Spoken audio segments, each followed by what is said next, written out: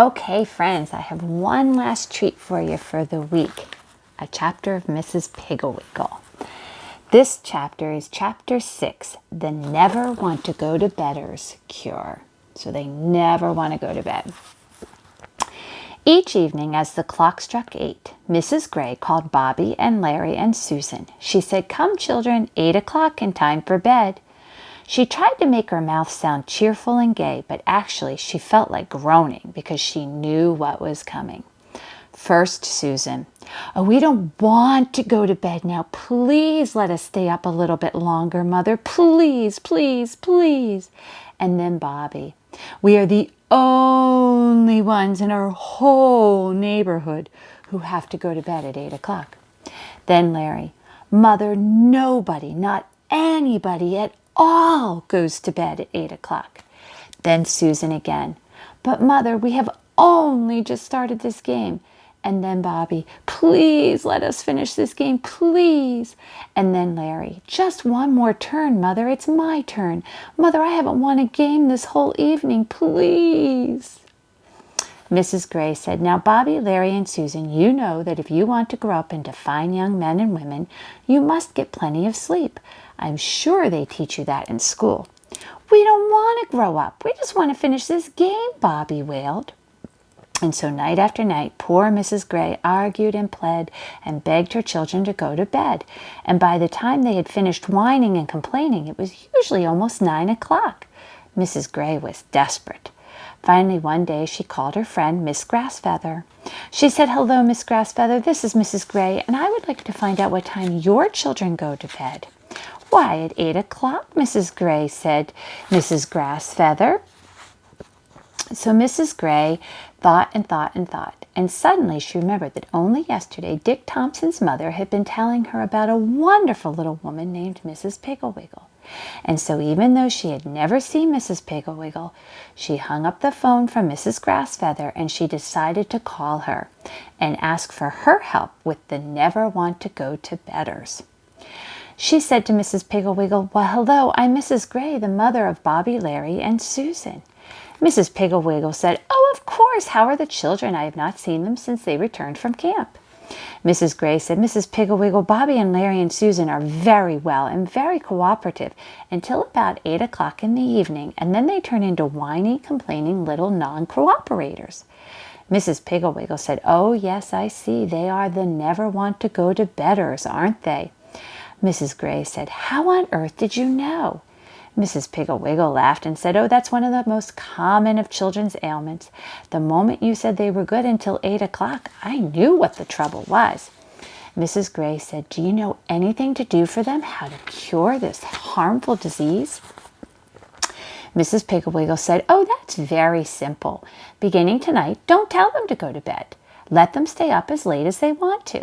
You and Mr. Gray go on to bed any time you're tired, but leave the children downstairs." Mrs. Gray said, "But their health, that will ruin their health." Mrs. Piggle said, "Oh, I do not believe that a day or so without sleep will harm them, and it certainly will cure them. It really is worth a try, Mrs. Gray. But if you have any trouble and the cure doesn't seem to be working, just call me." Mrs. Piggle said, Mrs. Gray said, "Oh, thank you so much, Mrs. Piggle. I will let you know tomorrow how we are getting along."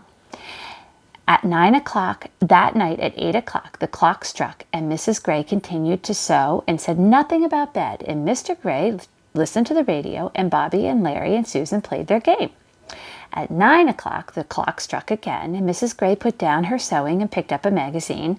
Mr. Gray continued to listen to the radio, and Bobby and Larry and Susan continued to play their game. When 10 o'clock struck, Mrs. Gray yawned and put down her magazine. Mr. Gray turned off the radio, and Larry, Susan, and Bobby began another game. At 10:30, Mr. and Mrs. Gray went upstairs to bed and left the children playing their games. At 12 o'clock, Mrs. Gray awoke. And here's Mr. and Mrs. Gray going upstairs and leaving Bobby, Larry, and Susan to play their game. She thought there were burglars in the house, and then she remembered the never want to go to bedders. So she tiptoed down the stairs, and there were Bobby and Larry and Susan still playing their game on the living room rug. The next morning, the children slept until 11:30, and about 9 o'clock, Dick Thompson, remember he was the selfish one, his mother stopped by to take them all to the beach, but Mrs. Gray said that they were still asleep. When the children finally got up, they were angry and quarrelsome. When their mother told them that Mrs. Thompson had invited them to the beach, they said, "Well, why didn't she wait for us? Why didn't you wake us up? I think Mrs. Thompson's not mean, or I think she's mean not to wait for us." Mrs. Gray said, "Well, I see no reason why Mrs. Thompson and Dick should have their day spoiled for the 3 little members of the all-night game club to get up. Now come and eat your breakfast and stop complaining." That night after dinner, Mr. and Mrs. Gray went to a show. When they came home around 12:30, the children were still up playing and fighting about whose turn it was in the game. The next morning, they had a 9 o'clock dentist appointment, and so Mrs. Gray got them up at 8. Bobby went to sleep in the car on the way to the dentist. Susan went to sleep in the dentist's waiting room, and Larry slept all the way home. That night, after their parents had gone to bed, Larry said, "Why do we have to stay in the house all the time? Let's go outside and play." So they went outside in the dark and put on their roller skates and began skating up and down the dark streets. Mrs. Milgram, who lives on the corner, came out on her front porch in her bathrobe and yelled, "For heaven's sakes, don't you children know that it's almost midnight? What on earth are you doing up at this hour?" Larry said, "Oh, we don't have to go to bed anymore. We get to stay up late every night." Mrs. Milgram said, "Well, stay up someplace else and be quiet." So the children took off their skates and tiptoed back to the house. They got out their game boards, but Susan said it was her turn, and Larry said, "I happen to beg your pardon, but it's my turn." Susan said, "It was your turn yesterday, and Bobby had them the day before, so it's my turn tonight," and she began to cry. Larry threw game pieces at her, and one of them went into the fireplace, and when they finally were ready to play, Bobby had fallen asleep with his head on the game board, so Susan and Larry played. Larry woke Susan and Bob. Oh, and then Larry and Susan fell asleep in the middle of their game. Larry woke Susan and Bobby up, and they all went to bed just as the clock struck 1. The next day there was a matinee at the movie theater, and Mrs. Gray said that they could go.